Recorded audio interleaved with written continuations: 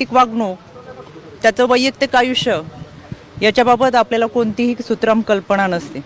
आज आपण ज्यांच्याबरोबर आहोत, जे आपल्याबरोबर आहेत, ते उद्या पुढे जाऊन कसं वागणार आहेत ही कल्पना आपल्या कोणाला नसते। ज्या ज्या महिलांना त्या ठिकाणी त्रास झाला, या गुन्ह्यात सरकारने तर खऱ्या अर्थाने चाकणकरला आरोपी करा ही मागणी मी आता करतो। चाकणकर एका प्रकरणामध्ये भोंदूबाबाचं प्रकरण उचलणाऱ्या एका वृत्तपत्राच्या संपादकाला सुमोटो अंतर्गत गुन्हा दाखल करा, त्याला नोटीस द्या, त्याच्याकडून माफीनामा मागून घ्या, खुलासा घ्या, असे प्रकार चाकणकरांकडून म्हणजे या महिला आयोगाचं पद हे संविधानिक पद आहे आणि या संविधानिक पदावर बसलेले अध्यक्ष लोकशाहीचा चौथा स्तंभ असणाऱ्या एका पत्रकारांना म्हणजे पत्रकार लोकांना कशा प्रकारे त्रास द्यायचा या आयोगाच्या अध्यक्षाकडून सुरू आहे।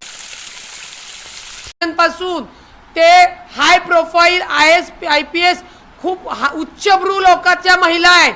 आता असा विषय झालाय की त्या महिला कसं येऊन सांगणार आम्ही या बाबाच्या पाया पडायला आम्ही देवाला गेलतो, या बाबाने आम्हाला मूत्र पाजलं, बेशुद्ध केलं।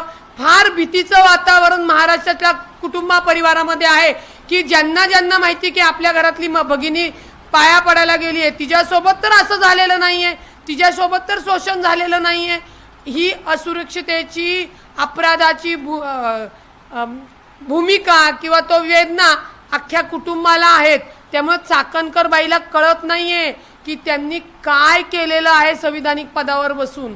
त्याच्यामुळे अख्ख्या महाराष्ट्रातल्या महिला तिथं जात असणार आहेत ना, आणि त्या ट्रस्टवर यांचं नाव होतं। लोक महिलांना वाटायचं चला राज्य महिला आयोग इथं असं काही होणार नाही, आणि तो जो भोंदू बाबा आहे तो धमकी देत असणार। जिथं या मॅडम पोलिसांना फोन करून तक्रार घेऊ नका, मारा हाना जोडा म्हणतात, तिथं या चाकणकरांनीच्या नावाने धमक्या दिलेल्या असणार, आयोगाच्या नावाने धमक्या दिलेल्या असणार आहेत। त्याही महिलांनी पुढे येऊन तक्रार करावी। त्यांचं नाव कुठेही जाहीर होणार नाही, त्यांची आयडेंटिटी जाहीर होणार नाही, परंतु अशा विकृत लोक सेक्स स्कॅन्डल चालवणाऱ्या लोकांना न घाबरता सर्व महिलांनी समोर यावं अशी माझी त्यांना विनंती आहे।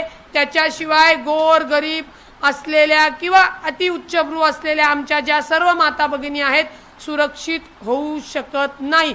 हीच वेळ आहे अशा भोंदू बाबाला शिक्षा देण्यासाठी।